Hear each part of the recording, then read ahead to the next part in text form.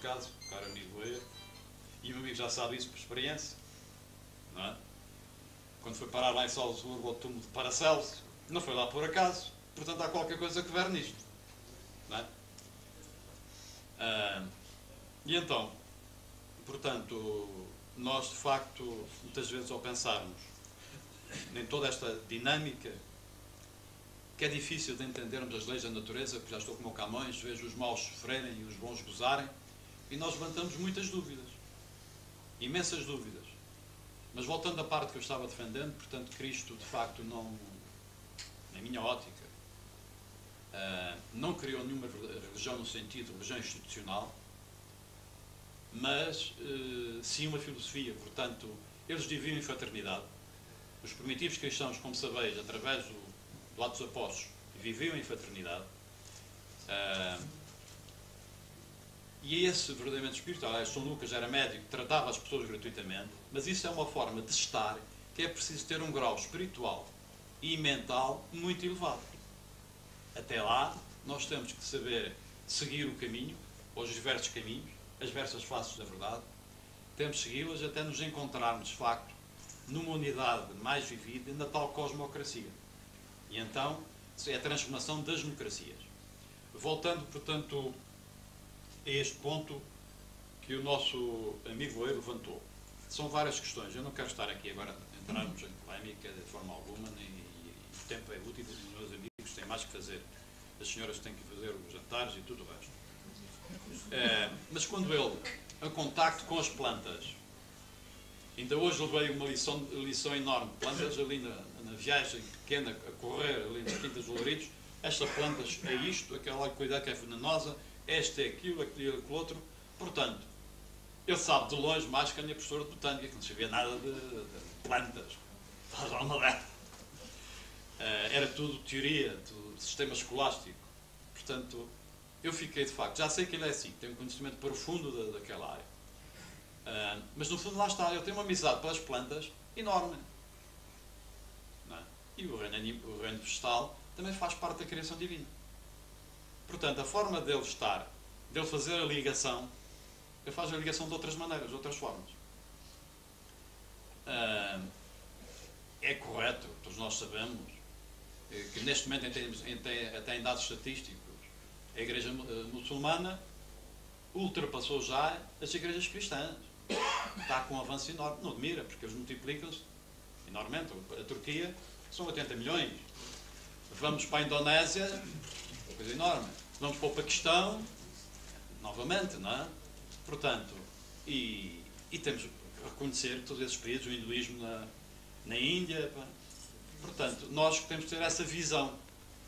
Senão caímos nos fanatismos e caímos das guerras, o que é mau. E, portanto, isso devemos procurar evitar. Mas, como em conversa temos tido, ainda a última foi há bocado sobre isso, há uma grande figura da história da humanidade que ambos admiramos, que é o Gandhi. E o nosso amigo Gandhi, como sabem, ele era hinduísta, estudou em Londres, foi lá que ele tirou o curso de Direito, e um belo dia, isto é verdade, são fatos da verdade, portanto, há um missionário, quando ele estava na Índia, meu amigo, para ser santo, só falta é ser batizado na nossa igreja. Digo nossa, entre aspas. E ele respondeu, eu tenho nessa biografia, com Cristo eu quero tudo, com o vosso cristianismo eu não quero nada. Eu, quando li aquilo, senti-me afatada. O Gandhi já estava lá no Santo Etério Monte, não é, como dizia o Camões, mas senti-me afatada em mim próprio. Porque não é fácil, de facto, seguir verdadeiramente Cristo. Não é? Porque Cristo não tinha nada. Sim, não é? Cristo, de facto, está para além do nosso entendimento também. Mas temos que meditar. Este livro ajuda a refletir em Cristo, Jesus Cristo. É polémico nessa área, no bom sentido da palavra. Mas temos que pensar mesmo assim. Porque era algo de ideias que já quando andava a estudar, debatia com o meu professor de religião moral, que mais tarde foi meu professor de filosofia e de latim, no 7º ano, e que era uma pessoa extremamente aberta. Chamavam-me comunista, entre aspas, porque ele não era nada comunista. Absolutamente absolutamente nada. Ao contrário, era uma pessoa extremamente aberta. Não foi bispo por ser aberto mais, porque ainda é vivo. E ainda há pouco tempo, quando estivemos com ele, tive a coragem de perguntar: porquê o senhor não foi bispo? Ainda há pouco tempo falando com o bispo, lá na região onde eu estava, já com 80 e tal anos, ainda está a dar missas, à falta de sacerdotes. E porquê o senhor não foi bispo? Ainda há pouco tempo disse eu ao bispo: o que é isto? Estes anéis que vocês usam, se tiver alguma coisa com Cristo, não diga mais nada. Diga mais nada, quando assim o senhor nunca ia a bispo. Eu disse professor do seminário, é uma pessoa que tem várias obras traduzidas, é major capelão, formado, tem um currículo excepcional, mas pronto. Eu acho que ele dava um ótimo sacerdote naquele nível, mas não há. Paciência. Mas deixamos isso. Agora, há aqui uma parte que o nosso amigo Oeiro leu sobre Cristo. O amor de Cristo a ambos nos envolve, a mim e a ti. Eu não quero converter ninguém, hein? Seu puro e doce amor não está confinado pelos credos que separam e elevam muralhas. O seu amor envolve e abraça toda a humanidade. Porque a termos acredos que desunem, só uma coisa importa, atendemos. É que cada coração seja repleto de fraternal amor. Portanto, eu entendo, na minha face a verdade, lá está, como diz o nosso amigo eu, cada um tem a sua, que com a evolução da humanidade, Cristo, na realidade, a fraternidade universal vai ser um facto. Quizá daqui a 2000, 4000 anos, não sei. Mas vai ser. O seu reino vai ser uma realidade. Nós todos temos que transformar-nos, evoluirmos, aperfeiçoar-nos. É o caminho para lá. E até lá, portanto, as religiões, cada uma tem o seu papel a cumprir, a sua missão, e há que respeitá-la. De outra forma, portanto, podemos cair também no outro, tal e qual como na política. Na política, como sabemos, consideramos atualmente o sistema parlamentar como o sistema mais perfeito. Quando foi em 2002, na altura das comemorações do Barro, que aqui no Bom Barral se fez, e que nós até fomos à televisão, pensando, no programa Andamentos, que acabou, foi pena, que era da Paula Aresta, e, portanto, essas comemorações do Barro, o Barro era portanto, luterano, mas eu tinha uma visão do mundo também, lá está, universalista. Porque ele fez composições também para a Igreja Católica, e é isso que deve ser os grandes compositores. Aliás, por sinal, eu pertencia também à Escola Rosa Cruz. Já estou a puxar a minha brasa sardinha, mas não. É uma realidade, e eu usava muito, quer dizer, a música dele é excepcional, os próprios Beatles depois inspiraram-se na música do Bach. Porque toda a composição, ele era um autodidata, ele fez, parece impossível como é que as composições dele, e de facto, enquanto ele viveu, praticamente não foi nada editado. Ainda bem que depois veio o Mendelssohn, descobre uma partitura dele, que era Evangelho segundo São Mateus, mas que é isto? E a partir dali é que o Bach passa a ser conhecido mundialmente, e hoje é um dos grandes compositores a nível mundiais. Inspira-se, muita gente é inspirada na obra do Bach, porque aquilo é feita, toda a música dele à base matemática. No fundo, a música tem também algo matemático. Não é só lá as 5 linhas, não é? Obviamente o número 5. Mas ele baseava muitas das vezes na base da construção, em termos, portanto, do lado dos sons, na parte da harmonia perfeita, portanto, no número 5.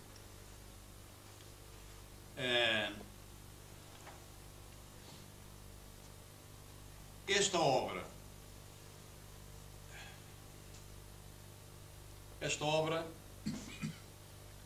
tem de facto, algumas análises. Me lembrar agora de um facto que eu recordo da sociedade em que vivemos ainda, e essa sociedade, portanto, está tudo interligado com a política e tudo o resto. A política é uma arte nobre, onde é exercida como, de facto, como ela, eu entendo que deve ser exercida. E vem a propósito do Bach, novamente, nesse ano, 2002, na altura havia mais meios financeiros, a Embaixada da Áustria tinha uma revista muito boa, que era informal, e enviava para várias pessoas. Eu era uma delas que recebia essa revista, e naquele ano veio uma entrevista a um deputado, o deputado mais novo lá do Parlamento alemão. E dois pormenores nunca mais me esqueceram. Fizeram uma pergunta: será que ao longo do século XXI vamos ter já um governo mundial? é que estas questões cada vez mais estão a ser colocadas. Cada vez mais. E é positivo, quando eu era jovem, em Portugal, falar-se do governo mundial. Tipo, é doido. E era imediatamente censurado e preso. Não é? Com os nacionalismos doentios que tínhamos, nem pensar. Por isso é que o Esperanto foi proibido. Porque era uma língua supranacional, foi proibido. Não é? Faz essa pergunta a esse deputado, portanto, alemão. Jovem deputado, se achava que ao longo do ano, portanto, século XXI, iríamos ter o Parlamento Mundial. Ou o Governo Mundial também. E ele respondeu: creio que ainda não. Creio que ainda não. Contudo, face aos problemas que temos na droga, na prostituição, na lavagem de dinheiro, de armas, tudo o resto, cada vez mais reconhecemos, para resolvermos estes problemas, cada país precisa de perder um pouco da sua, do seu nacionalismo, não é? E criarem-se estruturas supranacionais com meios e capacidades para resolver estes problemas. Porque, como sabem, aliás, quando estava ao serviço, fui sempre contra as offshores. E o Norberto recorda-se disso, o Norberto recorda-se disso. Não concordo nada com as offshores. É uma lavagem de dinheiro, uma lavagem para muita coisa. E hoje estamos a saber, aquilo é ponta do iceberg do que se passa para os offshores. Eu nem sei, mas calculo. Nós temos uma no nosso país, mas pelo mundo fora há imensas. Portanto, eu por mim isso, e eu não só como cidadão, há muita gente a pensar assim. Jamais vi existir. Jamais vi existir. Também, como digo aqui no livro, não concordo absolutamente nada que os produtos alimentares entrem, portanto, sejam sujeitos às leis do mercado, quando há tanta gente a morrer. Temos que ponderar tudo isso. Voltando a esse jovem deputado, portanto, ele foca isso e acho que está correto. A ONU, com todos os meios que tem, o Fundo Monetário Internacional, portanto, tudo isso, como sabeis, todas aquelas estruturas que tem, mas o que é certo é que não tem meios. Portanto, mesmo para há que dar, cada país, incluindo a América, que tem mais responsabilidade, tem que dar muito mais meios a estas estruturas supranacionais para resolvermos estes problemas. Porque hoje, como sabe, um crime financeiro faz em segundos. Carrega-se uma tecla, transferiu-se já o dinheiro para qualquer lado. Todo mundo sabe isso, não é preciso tirar um curso de informática. Não é assim? E vai o dinheiro para um banco daqueles que ninguém sabe nada, nem diz nada, vai o dinheiro para um offshore e tudo o resto. Portanto, esse deputado alemão, quando focou essa, correto.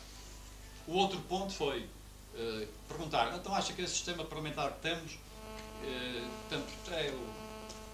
não conseguimos outro melhor nem nada? Não, não penso assim.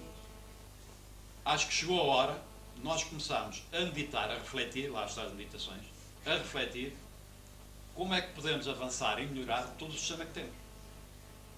O sistema começa a não dar resposta. E todos nós sentimos isso. Portanto, um sistema global, tentacular, que nos está asfixiando a todos. Eu, cada vez mais defendo, e muita gente, o sistema universal. Temos que convencer que isto, de facto, hoje, e então um país como nós, pequenos, enquadrado no mundo em que está, temos que ter uma visão universalista. Porque senão não resolvemos os problemas. Não é? Nem podemos, de facto, eu não gosto dessa palavra competir, por isso eu não recordam-se daquela obra A Flor da Esperança, foi na altura de uma editora que faliu, o Guinho. Eu, a propósito de um capítulo que era sobre os bens terrenos, portanto, aí nós temos que ver, e na altura estava a usar a palavra investir, e eu depois retirei isso e pus uma nota em baixo. Analisando bem a palavra investir, dá aqui professores, vejam bem o sentido da palavra investir. Meu amigo é da zona ali, daquela zona lá do meio de Santarém e tudo o resto, estão a ver que o termo investir, o que é que quer dizer investir, não é? Portanto, encerra em si, quer dizer, a tecnocracia económica cria palavras que nós andamos por elas, mas usamos, e eu estava a ir na onda. Mas como eu desde miúdo, os meus pais, paz a alma deles, em Lisboa, quando iam para a tourada e levavam-me, aí tinham que sair de lá porque eu não aguentava a tourada. Vermos aquelas revistas, tenho pena da Milupa, ela também já com 80 anos, ainda via, era jovem, via atuar, era uma atriz extraordinária. O futebol também, era doente, bom, paciência. E não estou curado atualmente,